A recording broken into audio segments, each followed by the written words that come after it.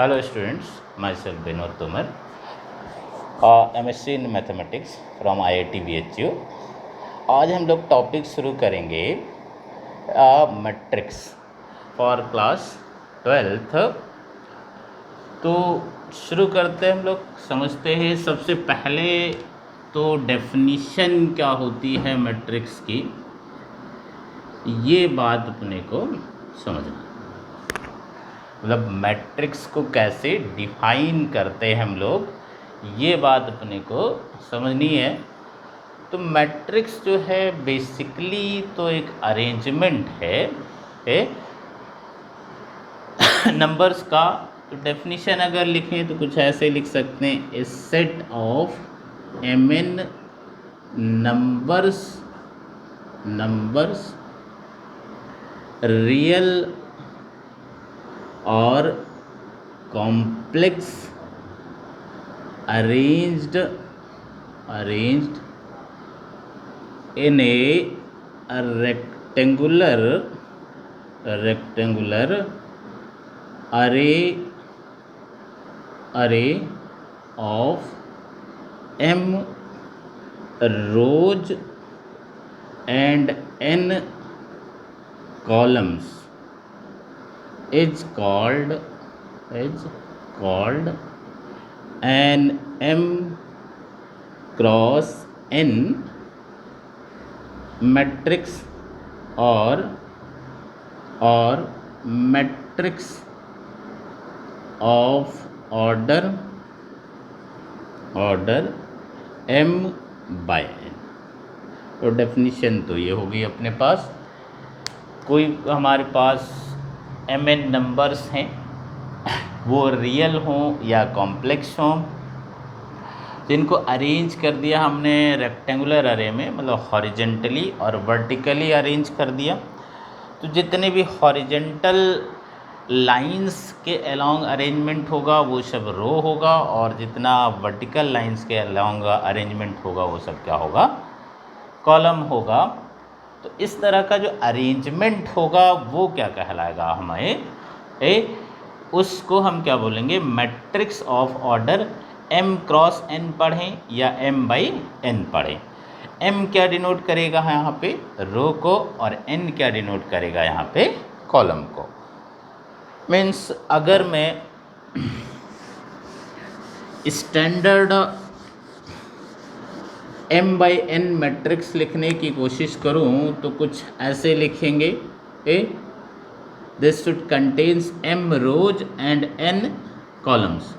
तो पहले एलिमेंट को अगर मैं A11 से डिनोट करूं, अच्छा A11 का मतलब element lying in first row and first column. A12 it means element lying in first row and second column. अच्छा कितने कॉलम्स रखने अपने को, n, तो ये कहाँ तक जाना चाहिए, n तक। पर A21 मतलब elements lying in second row and first column. इसी तरह A22 मतलब elements lying in second row and second column, और ये कहाँ तक जाना चाहिए, A2n तक। अच्छा रोज कितने थे अपने पास, m, तो इसका मतलब this is AM1 AM2 and so on, कहाँ तक, AM। इसका ऑर्डर कितना है, m क्रॉस n या m बाई n पढ़ें। This contains m rows and n columns. कितने रो हैं इसमें, m तो रो हो गए और n क्या हो गए अपने पास, कॉलम्स हो गए। तो A11 A12 A1n ये सब क्या कहलाते हैं, A11 A12 and A13 and so on, these are called elements or entries of the matrix। इनको क्या बोलेंगे हम लोग, एलिमेंट्स बोलें या एंट्रीज बोलें इस मैट्रिक्स का। तो कितने रो हो गए इसमें, m रोज हैं, n कॉलम्स हैं, तो इसको क्या पढ़ेंगे हम लोग m/n मैट्रिक्स या m क्रॉस n मैट्रिक्स पढ़ेंगे। अच्छा, इसी को अगर कॉम्पैक्ट फॉर्म में लिखना चाहें हम लोग, मतलब इतना बड़ा बार बार न लिखना पड़े अपने को, तो उसके लिए क्या किया जाए। अब इतना बार बार लिखना तो मुश्किल होगा, तो क्या किया हमने, इसी को कॉम्पैक्ट फॉर्म में लिखा। इन कॉम्पैक्ट फॉर्म मैट्रिक्स मान लो, सपोज इसको हमने ए से डिनोट किया, तो क्या आ जाएगा, Aij m क्रॉस n। आई क्या डिनोट करेगा यहाँ पे, रो को, और जे क्या डिनोट करेगा, कॉलम को। अच्छा, आई रो को डिनोट कर रहा है, जे कॉलम को डिनोट कर रहा है। इट मीन्स ये हुआ कि आई की वैल्यू कहाँ से कहाँ तक ला जाना चाहिए, 1 से m तक। आई वेरी करेगा 1 से लेके m तक, और j कहाँ से कहाँ तक वेरी करेगा, 1 से लेके m तक। तो इस बात का ध्यान रखा हमने कि अगर इन शॉर्ट लिखना है तो ऐसे लिख सकते हैं कॉम्पैक्ट फॉर्म में, Aij m क्रॉस n। आई डिनोट करेगा रो को और j डिनोट करेगा कॉलम को। आई की वैल्यू कहाँ से कहाँ तक वेरी कर सकती है, 1 से लेके m तक, और j कहाँ से कहाँ तक वेरी कर सकता है, 1 से लेके n तक। फॉर एग्जांपल मान लो हमने ऐसे लिख दिया, B कोई मैट्रिक्स लिखा और कुछ एलिमेंट्स इसके Aij ऐसे लिख दिया 2 क्रॉस 3। तो इसका मतलब इसमें कितने रो हैं, 2 रो हैं और 3 कॉलम हैं। तो I की वैल्यू कहाँ से कहाँ तक जाएगी, 1 से लेके 2 तक, और J की वैल्यू कहाँ से कहाँ तक जाएगी, 1 से लेके 3 तक। तो इसका इट मीन्स अगर मैं इसको एक्सपेंडेड फॉर्म में लिखूं तो B मैट्रिक्स जो है कुछ ऐसे लिखा जाएगा, this will contain 2 rows and 3 columns. अच्छा, 2 रोज होने का मतलब ये है कि 2 हमारे पास हॉरिजॉन्टल लाइंस होंगे और 3 क्या होंगी, वर्टिकल लाइंस होंगी। तो इसका पहला एलिमेंट क्या आ जाएगा, A11, फिर A12, और कहाँ तक जाना चाहिए, A13, फिर A21, A22 और A23। इसका ऑर्डर कितना हो गया, 2 क्रॉस 3। अच्छा, आगे समझते हैं, हम एक एग्जाम्पल समझते हैं कि किसी मैट्रिक्स अगर हमें कॉम्पैक्ट फॉर्म में लिखा हुआ है और उसके एलिमेंट्स दिए हुए हैं, तो फिर हम मैट्रिक्स को कंस्ट्रक्ट कैसे करेंगे। तो एक क्वेश्चन लिखते हैं छोटा सा, construct A 2 cross 3 matrix whose elements are given by Aij equals to I plus 2j whole square by 2। ये फर्स्ट हो गया। सेकेंड हमारे पास Aij equals to mod 2i minus 3j। थर्ड हो गया अपने पास Aij equals to greatest integer I by j। Here this denotes the greatest integer. तो समझते हैं हम लोग कैसे फ्रेम किया जाए अगर हमें मैट्रिक्स के इंट्रीज इस तरह रिलेशन से दिया हुआ, हमें क्या चाहिए, एक 2 क्रॉस 3 मैट्रिक्स बनाना है। पहला वाला जो मैट्रिक्स होगा उसके एलिमेंट्स ऐसे डिफाइन हैं कि Aij कैसे लिखा जाएगा, I plus 2j whole square by 2। दूसरा वाला कैसे डिफाइन है, A mod 2i minus 3j, और तीसरा greatest integer I upon j। तो 1 बाई 1 समझते हैं हम लोग। पहला हमारे पास क्या था, Aij equals to I plus 2j whole square by 2। अच्छा, मैट्रिक्स को सपोज हमने A से लिख दिया, A से डिनोट कर दिया, this is 2 cross 3 matrix, 2 cross 3 matrix. अच्छा, तो क्या क्या एलिमेंट्स आएंगे, A11, A12, A13। A21, A22, A23। अब A11 कहाँ से मिले हमें? इसकी हेल्प से Aij डिफाइन है ऐसे, तो A11 का मतलब I की वैल्यू 1 हो गई और J की भी वैल्यू 1 हो गई, तो 1 + 2 आ गया, इसका होल स्क्वायर बाई 2, इसका मतलब कितना आ गया? ये 9/2। फिर A12 मीन्स I1 और J की वैल्यू 2, तो कितना हो गया? 1 + 4 इसका whole square by 2, it means 25/2। फिर A13 मीन्स I1 और J की वैल्यू 3, तो I कितना हो गया? ये 1 + 6 इसका होल स्क्वायर बाई 2, 7 का स्क्वायर 49/2। फिर A21 मतलब I2 J की वैल्यू 1, तो 2 + 2 इसका whole square by 2, it means 4 का स्क्वायर 16/2, कितना आ गया? ये 8। इसी तरह A22 इट मीन्स A2 और J भी 2, तो 2 + 4 whole square by 2, it means कितना आ गया? ये 36/2 मीन्स 18। फिर A13 मीन्स I1 और J की वैल्यू 3, तो 1 + 6 इसका whole square by 2, this is again 49/2। तो अब मैट्रिक्स अपने पास लिखा जाएगा। मैट्रिक्स क्या आ जाएगा हमारे पास? ये लिख दिया हमने, एलिमेंट्स लिख दिए यहाँ पे। A11 की वैल्यू कितनी आई अपने पास? 9/2। A12 की वैल्यू 25/2 और A13 की वैल्यू 49/2। A21 की वैल्यू 8, A22 की वैल्यू 18 और A23 की वैल्यू आ गई 49/2। ये मैट्रिक्स आ गया हमारे पास। इसका ऑर्डर कितना था? 2 × 3। तो जिसके elements I + 2J whole square by 2 उससे डिफाइन थे, वो मैट्रिक्स ये आ गई हमारे पास।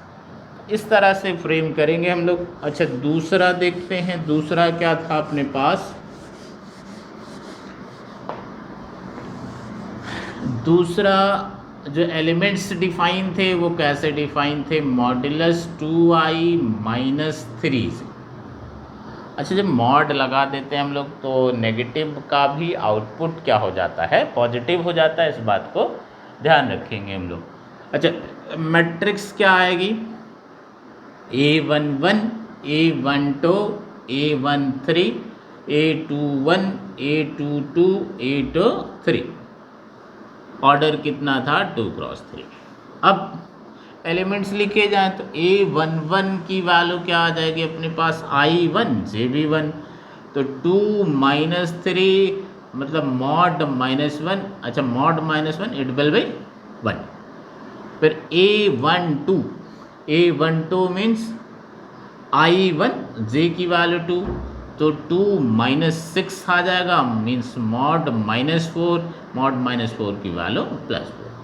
फिर A13 कितना आ जाएगा? I1 J3, इट मीन्स ये हुआ 2 - 9 मीन्स मॉड्यूलस -7 = 7। फिर A21 means 4 - 3, 4 - 3 means modulus 1 is 1। A22 it means 2 × 2 4 -3 × 2 6, 4 - 6 -2, this is 2। A23 means I2 J3, it means this is 4 and this is 9, this is modulus -5 and this is 5। तो फिर matrix क्या आ गई अपने पास? Matrix आ गए। इन elements को यहाँ लिख दिया जाए। तो पहला A11 की वैल्यू तो आ गई 1, A12 की वैल्यू कितनी आ गई? 4। अच्छा, ये वाला कितना आ गया अपने पास? 7। फिर ये 1, ये 2 और ये वाला 5। ये हमारे पास मैट्रिक्स बन गया। इसका ऑर्डर कितना था? 2x3। एक अपने पास और है, उसे भी समझते हैं हम लोग।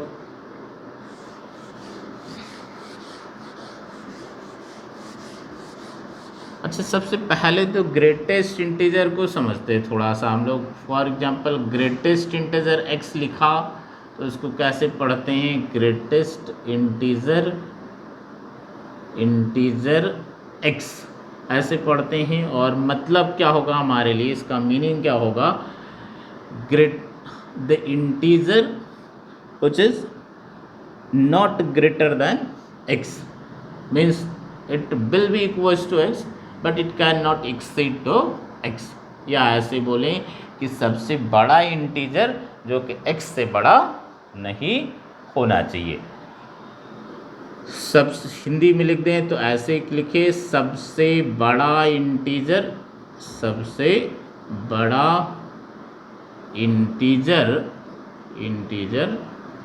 जो कि x से बड़ा नहीं होना चाहिए। मतलब क्या लिखे? जैसे फॉर एग्जांपल मैंने 2.3 लिखा तो सबसे बड़ा इंटीजर जो कि 2.3 से बड़ा ना हो तो ऑब्वियसली वो कितना होगा? 2 होगा। 7 लिखा मीन्स सबसे बड़ा इंटीजर चाहिए जो कि 7 से बड़ा नहीं होना चाहिए तो 7 ही हो जाएगा। -2.3 लिखा तो -2.3 इट मीन्स सबसे बड़ा इंटीजर चाहिए जो इससे बड़ा होना तो क्या हो जाएगा? -3 हो जाएगा। -4.5 लिखा तो ये कितना आ जाएगा? -5 आ जाएगा। अच्छा, मतलब हमें नंबर लाइन पे इसके जस्ट लेफ्ट वाला इंटीजर जाके ढूंढना है। जब -2.3 से पहले का जस्ट इंटीजर क्या आएगा? -3। -4.5 से जस्ट पहले का इंटीजर क्या आ जाएगा? -5 आ जाएगा। मतलब ये हुआ कि अगर x को मैंने सपोज 3 से लेके 4 तक रखा तो ग्रेटेस्ट इंटीजर वैल्यू तो हमेशा कितनी आती रहेगी? 3 ही आती रहेगी। x को अगर मैंने -2 से -1 रखा तो ग्रेटेस्ट इंटीजर वैल्यू कितना आता रहेगा? -2 आता रहेगा। अगर x को मैंने 0 से 1 में रखा तो ग्रेटेस्ट इंटीग्रल वैल्यू हमेशा कितनी आती रहेगी? 0 आती रहेगी। तो this much is sufficient for greatest integer. समझने के लिए अभी इतनी ही ज़रूरत है अपने को। अच्छा, क्वेश्चन क्या था अपने पास? मुझे तो एक 2x3 मैट्रिक्स चाहिए था जिसके एलिमेंट्स कुछ ऐसे डिफाइन थे। Aij कैसे डिफाइन था? I/j। और ये जो ब्रैकेट है यहाँ पर ये एक ग्रेटेस्ट इंटीजर को डिनोट कर रहा था। अच्छा, ग्रेटेस्ट इंटीजर। अच्छा, मैट्रिक्स क्या मिलेगी अपने को? ओ A11, A12, A13, A21, A22, A23। ये 2/3 मैट्रिक्स होगा। अच्छा, तो A11 के लिए क्या हुआ? I1 JB1 तो रख देते हैं। कितना आ जाएगा? 1/1 एंड 1/1 दिस इज 1 और उसकी ग्रेटेस्ट इंटीग्रल वैल्यू भी कितनी आ जाएगी? 1 आ जाएगी। फिर A12 तो मीन्स 1/2। अच्छा, इसकी ग्रेटेस्ट इंटीग्रल वैल्यू हाफ तो 0 से 1 के बीच आ जाएगा, ग्रेटेस्ट इंटीग्रल वैल्यू 0। फिर A13 फिर से 1/3 this is again between 0 to 1 this is again 0। A23 2/3 this is less than 1 means greatest integral value 0। फिर A22 means 2/2 and this is 1 तो greatest integral value 1। A23 means 2/3 this is again less than 1 means greatest integral value 0। तो ये सारे elements आ गए। अब यहाँ पे value रख दी जाए तो मैट्रिक्स आ जाएगा मेरे पास। क्या आ गया? 1 0 0 पर 0 1 और 0। ये मैट्रिक्स आ गया 2x3 मैट्रिक्स। तो अभी तक जो समझ पाए हम लोग, क्या समझा हमने कि मैट्रिक्स की डेफिनीशन क्या है कि कोई भी, ये हमारे पास mn नंबर्स हैं जिनको m रोज और n कॉलम्स में अरेंज कर देते हैं, तो जो अरेंजमेंट आएगा वो अरेंजमेंट ही क्या होगा, हमारा मैट्रिक्स होगा। और उस मैट्रिक्स का ऑर्डर क्या होगा, रो इंटू कॉलम, मतलब रो इंटू कॉलम का कितने रोज हैं उसमें और कितने कॉलम्स हैं। मीन्स अगर किसी मैट्रिक्स में 5 रोज हैं और 6 कॉलम्स हैं तो फिर उसका ऑर्डर कितना हो जाएगा, 5/6 हो जाएगा। अरे टोटल नंबर ऑफ एलिमेंट्स चाहिए तो 5 × 6 कर दिया तो 30 एलिमेंट्स आएंगे। तो अगर किसी मैट्रिक्स का ऑर्डर, मीन्स अगर ऐसे कहें हम कि हमारे पास ये मैट्रिक्स AIJ और इसका ऑर्डर कितना है 5×6। 5×6 होने का मतलब इसमें रो कितने हैं, 5 हैं और कॉलम्स कितने हैं, 6। अब अगर इसके ऑर्डर की बात करें, सॉरी नंबर ऑफ एलिमेंट्स कितने होंगे इसमें, नंबर ऑफ एलिमेंट्स, तो नंबर ऑफ एलिमेंट्स क्या होगा 5 × 6 मतलब 30। वैसे तो हम 5 × 6 नहीं पढ़ते हैं, 5/6 या 5×6 पढ़ते हैं, लेकिन टोटल नंबर ऑफ एलिमेंट्स इस मैट्रिक्स में अगर लिखे जाएंगे तो वो कितना आएगा, 30 आएगा। एक तो ये बात समझ में आनी चाहिए अपने को। दूसरा, मैट्रिक्स जो है वो एक नोटेशन है, मतलब सिंबल है, मैट्रिक्स की कोई वैल्यू नहीं होती है। इसे भी हमें ध्यान रखना है कि जो मैट्रिक्स है, मैट्रिक्स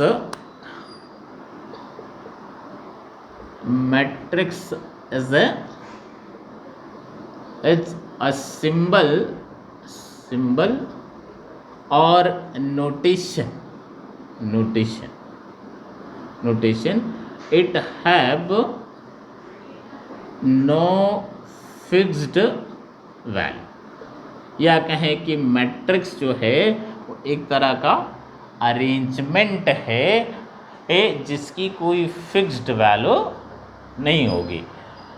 अच्छा, दूसरी बात ने ये समझा ही कि किसी मैट्रिक्स के अगर एलिमेंट्स बता दिए हैं अपने को तो उस मैट्रिक्स को हम कंस्ट्रक्ट कैसे करेंगे, उसके एलिमेंट्स लिख लेंगे हम I और J। I क्या डिनोट कर रहा होगा, रो को, और J क्या डिनोट कर रहा होगा, कॉलम को। तो उस डेफिनेशन को यूज़ करेंगे और हम मैट्रिक्स को लिख पाएंगे। एक और क्वेश्चन लिखते हैं हम।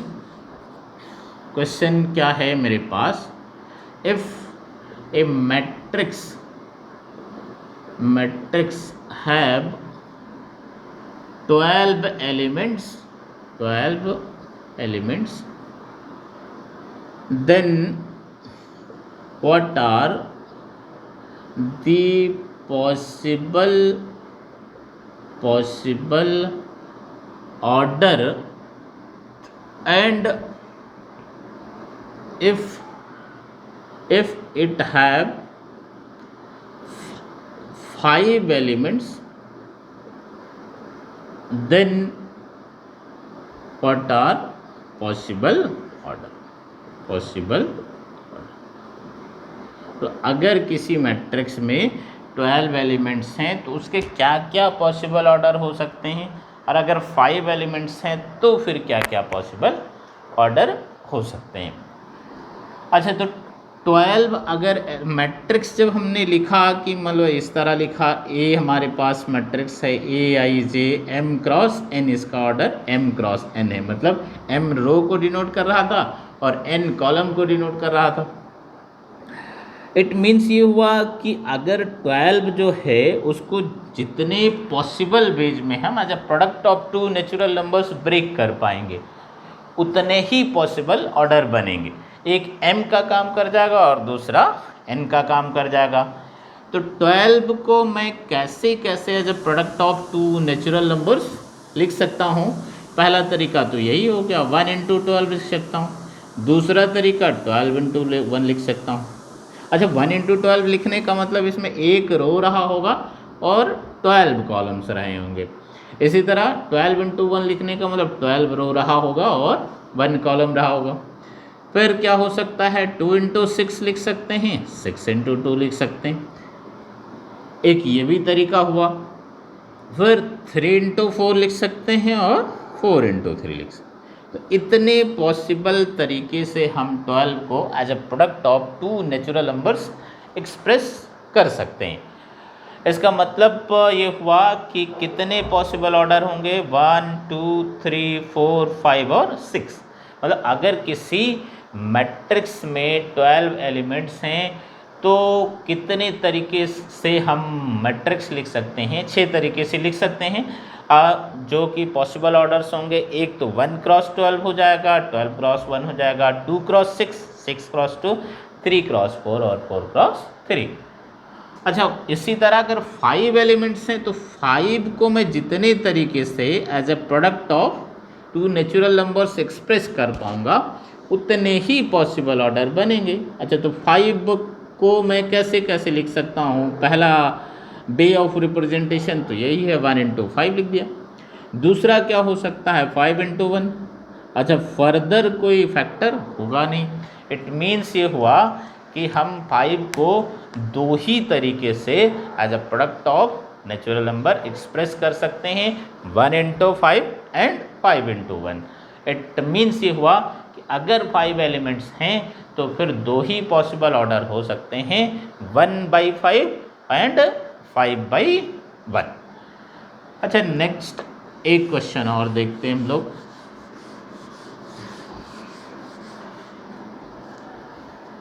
थर्ड क्वेश्चन हमारे पास, इफ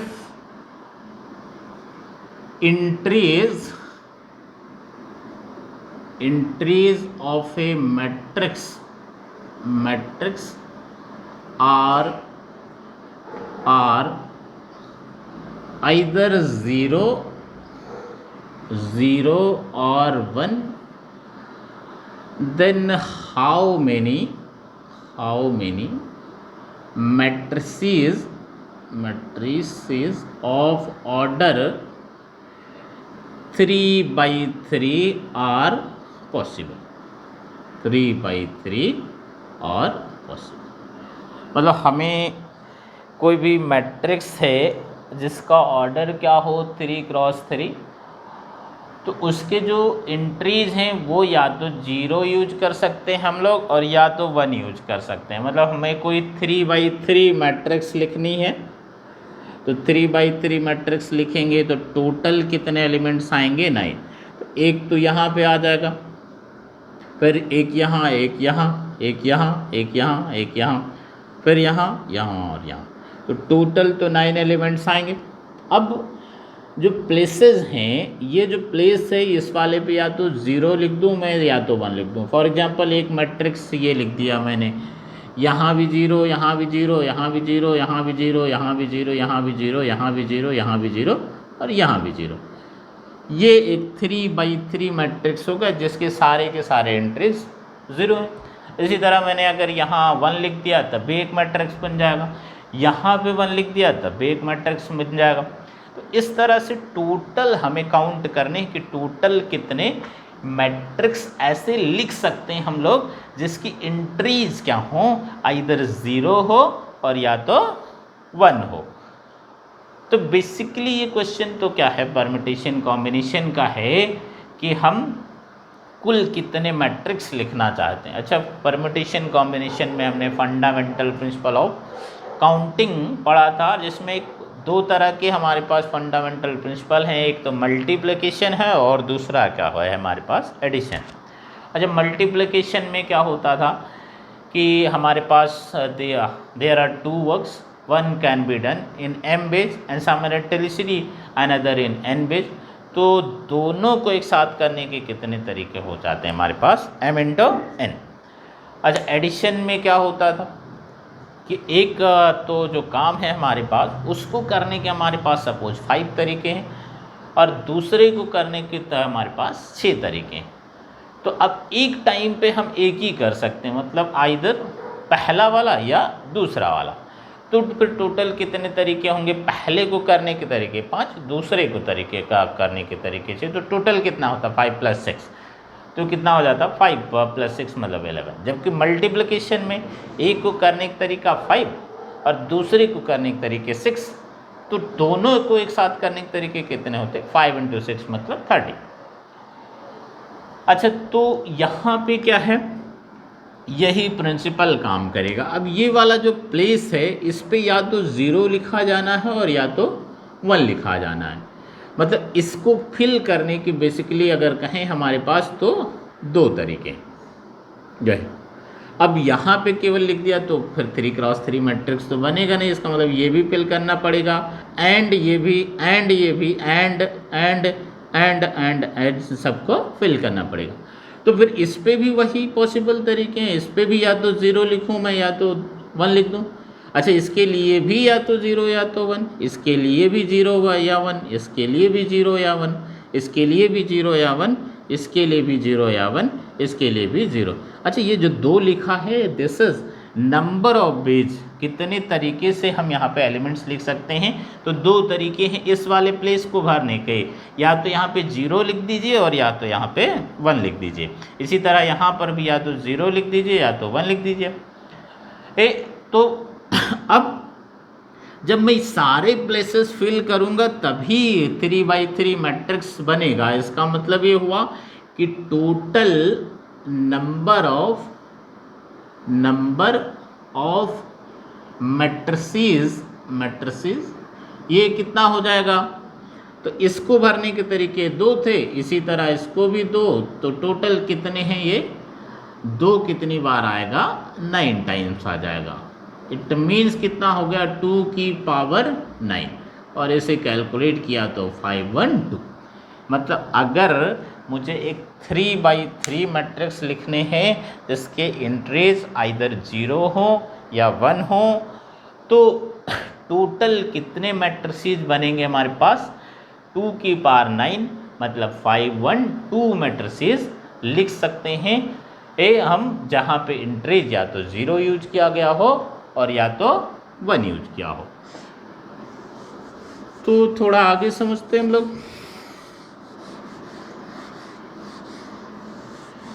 अच्छा, जब मैंने ये मैट्रिक्स लिखा, सपोज ये कहा कि ये 2 × 3 मैट्रिक्स है, तो दिस वाज रेक्टेंगुलर अरेंजमेंट तो है। तो अब क्या है हमारे पास? टाइप्स ऑफ मैट्रिसेस पढ़ने में, टाइप्स ऑफ मैट्रिसेस। अच्छा, matrices this is the plural of matrix, मतलब मैट्रिक्स का प्लूरल क्या है? मैट्रिसेस। तो सबसे पहला जो है फर्स्ट तो क्या है हमारे पास? रो मैट्रिक्स, या इसको रो वेक्टर भी पढ़ते हैं हम लोग, रो वेक्टर। रो मैट्रिक्स बोलें या रो वेक्टर बोलें। अच्छा, क्या होगा रो मैट्रिक्स का? क्या मतलब है कि ऐसा मैट्रिक्स होना चाहिए मेरे पास जिसमें number of columns, number of row एक हो और नंबर ऑफ कॉलम्स कुछ भी हो। मतलब क्या लिखूं मैं? Matrix having only 1 row and any number of columns. मतलब ऐसा मैट्रिक्स जिसमें रो तो एक ही होना चाहिए और कॉलम कुछ भी हो जाए, मतलब फॉर एग्जांपल ये लिखा मैंने, ए लिखा 1 2 3 4, तो इसमें कितने रो हैं? 1 रो है और कॉलम कितना हो गया? 4। तो ये वाला हमारे लिए क्या हो जाएगा? रो मैट्रिक्स हो जाएगा, या इसी को रो वेक्टर भी बोल सकते हैं हम लोग। दूसरा सेकंड क्या है अपने पास? Column matrix. Column matrix. अच्छा, कॉलम मैट्रिक्स तो फिर तो अब वैसा ही होगा जो है रो मैट्रिक्स में। तो क्या था? एक रो था, कॉलम कुछ भी हो। अच्छा यहाँ पर फिर क्या होना चाहिए, एक कॉलम होना चाहिए और रो कुछ भी हो जाए। अच्छा इसको कॉलम वेक्टर भी बोल सकते हैं हम लोग। मीन्स क्या हुआ, a matrix having only one column and any number of rows, तो एक ऐसा मैट्रिक्स चाहिए अपने को जिसमें कॉलम तो एक होना चाहिए, रो कुछ भी हो जाए। तो फॉर एग्जांपल ये लिखा मैंने B1 B2 B3 B4 B5। Obviously इसमें कितने रोज हैं, 5, और कॉलम्स कितने हैं, 1। मीन्स क्या हो गया, दिस इज 5 क्रॉस 1। तो एक रो है, कॉलम एक होना चाहिए, रो कुछ भी हो, कॉलम्स तो एक ही होना चाहिए अपने पास। इसका मतलब ये क्या हो गया, हमारे पास कॉलम मैट्रिक्स हो गया, या इसको क्या पढ़ें हम लोग, कॉलम वेक्टर पढ़ें। नेक्स्ट क्या है अपने पास, स्क्वायर मैट्रिक्स क्या होगा, ये काफ़ी इंपॉर्टेंट है अपने लिए, स्क्वायर मैट्रिक्स। अच्छा हमने रेक्टेंगुलर अरेंजमेंट लिखा था, तो रेक्टेंगुलर अरेंजमेंट, रेक्टेंगल समझते हैं सब, डायमेंशंस वाइज लेंथ और ब्रेड्थ अलग अलग होती हैं। अच्छा स्क्वायर का मतलब डायमेंशन तो सेम ही होगा, जितनी लेंथ उतनी ब्रेड्थ। इसका मतलब स्क्वायर मैट्रिक्स अगर है तो जितने रो होने चाहिए उतने ही कॉलम्स होने चाहिए। मतलब नंबर ऑफ रो, अगर ये कहें कि हमारे पास मैट्रिक्स ये है Aij m क्रॉस n, तो अगर ये स्क्वायर मैट्रिक्स है, if A is square matrix then what should be here, obviously क्या होना चाहिए, m, this should be equals to n, number of row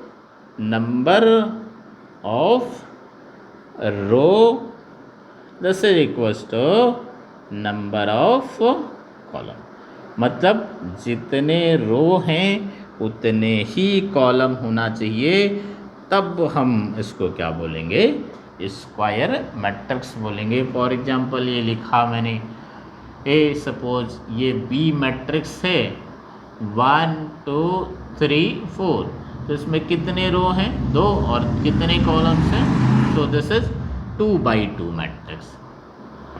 C लिख दिया हमने, 1 2 3 4 5 7 9 0 6, कितने रो हैं इसमें, 3, और कॉलम्स भी कितने, 3, means this is square matrix of order 3x3। ऐसे भी पढ़ सकते हैं, स्क्वायर मैट्रिक्स ऑफ ऑर्डर 2 और स्क्वायर मैट्रिक्स ऑफ ऑर्डर 3। अच्छा यहाँ पर जो ये हमारा ये डायगोनल है, एक तो ये डायगोनल है और दूसरा ये डायगोनल है। मैं इसको अगर लिखता,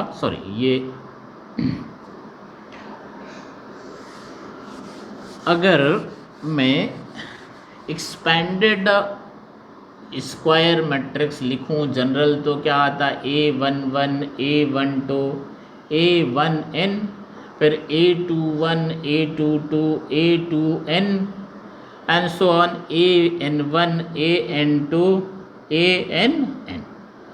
अच्छा ये n क्रॉस n मैट्रिक्स हो गया। अब यहाँ पे ये जो डायगोनल है हमारा और एक ये डायगोनल है तो जो डायगोनल ऊपर से नीचे आ रहा है, A मीन्स ये वाला, आज इस पे एलिमेंट्स क्या हैं, A11 A22 ANn, इसको क्या बोलते हैं हम लोग, प्रिंसिपल डायगोनल और मेन डायगोनल और लीडिंग डायगोनल। मीन्स क्या लिखूं, the diagonal along which elements A11 A22 A33 and so on ANn lies is called principal और मेन और लीडिंग डायगोनल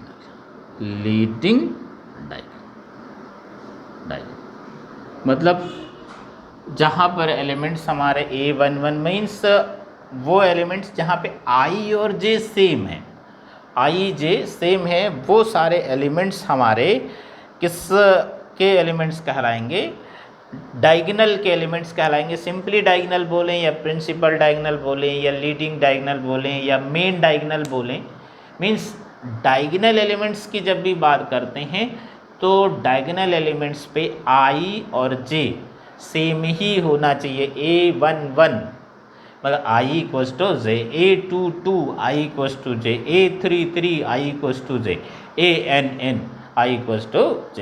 जब भी हम प्रिंसिपल डायगोनल की बात करते हैं तो या डायगोनल की बात करें तो इसका मतलब वहाँ पे कौन से एलिमेंट्स आएंगे, A11 A22 A33 ANN, इस बात का हम ध्यान रखेंगे।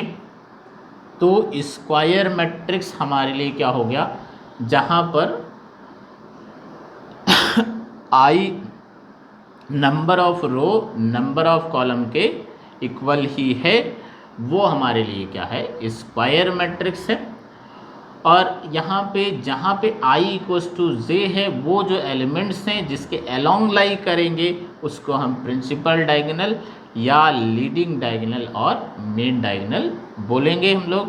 और अगर कभी ऐसे बोलता है हमसे कि मेन डायगोनल के एलिमेंट्स, तो मेन डायगोनल के एलिमेंट्स मीन्स अब जो है इन्हीं की बात कर रहा है जहाँ पर I और J क्या हैं, इक्वल हैं। Thank you.